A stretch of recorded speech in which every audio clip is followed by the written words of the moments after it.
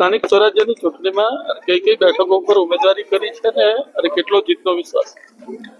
મેં 26 પાનેરા જિલ્લા પંચાયત બેઠક ઉપરથી ઉમેદવારી કરી છે અને મારી સાથે પ્રિયંકાબેન વિરેન્દ્રભાઈ શોભાએ પાનેરામાંથી ઉમેદવારી કરી છે, ગીરાબેન વિનયભાઈ નાયકાએ અતુલમાંથી કરી છે, નરેશભાઈ લલ્લુભાઈ ટંડેલે મોગદ ડુંગરીમાંથી કરી છે અને મારા જે વિસ્તાર છે એ લગભગ પાનેરા, હરિયા ભગત, અતુલ, મોગદ ડુંગરી અને મેં આટલા ગામ અંદર આવે છે.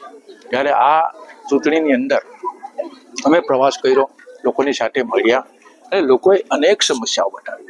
ત્યારે મને એવું થયું કે આ લોકો વિકાસથી વંચિત રહેલા હોય એવી અનુભૂતિ મને થઈ છે અને ખરેખર જે રીતે લોકોની વાત સાંભળતા અમુક જગ્યા ઉપર તો ઘર જોઈને અમારી પણ આંખોમાંથી આંસુ નીકળી જાય એવી હાલતમાં જ્યારે લોકોને મેં સાંભળ્યા તે ખરેખર દુર્ભાગ્યની વાત કહેવાય. અને હું એ લોકોને આ તમારા માધ્યમથી કહેવા માંગુ છું કે ગામના સરપંચોને કે દરેક જગ્યા ઉપર પરિસ્થિતિ જોવાની હોય છે, પાયરીટી જોવાની હોય છે, નથી કે કોઈ પક્ષનો બીજા પક્ષનો હોય તેનો ભેદભાવ જોઈને કોઈ માણસને ફટે હાલ છોડી દેવાનો હોય છે. એટલે કામ થયા નથી એ ચોક્કસપણે છે અને ભેદભાવની નીતિ બીજેપી હંમેશા કરતી આવેલી હોય એવું દેખાઈ રહ્યું છે.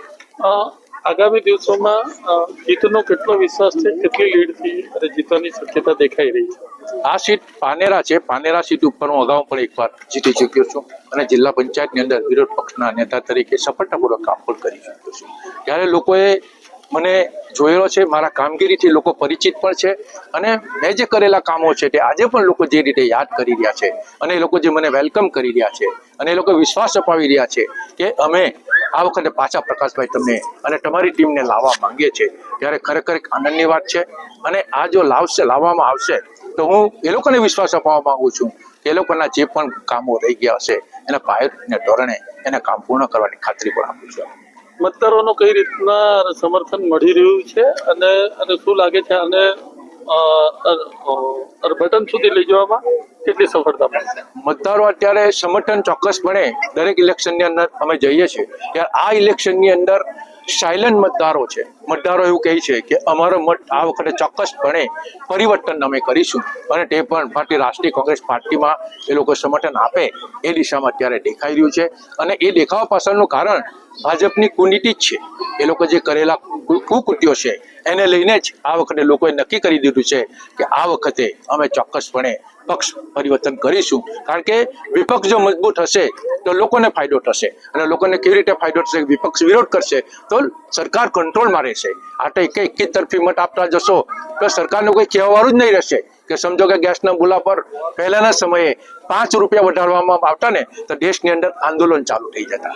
આજે 50-100 રૂપિયા વધી જાય છે કે એ લોકોને પેટનું પાણી પણ નથી હાલતું. ત્યારે મારે આ તબક્કે તમને કહેવું છે કે કોંગ્રેસ પાર્ટીની સાથે રહેવો, વિપક્ષ મજબૂત હશે અને જો વિપક્ષ સત્તા પર આવશે તો તમારા બધાના કામો થશે અને મોંઘવારી દૂર થશે અને સરકાર તમારાથી ડરશે.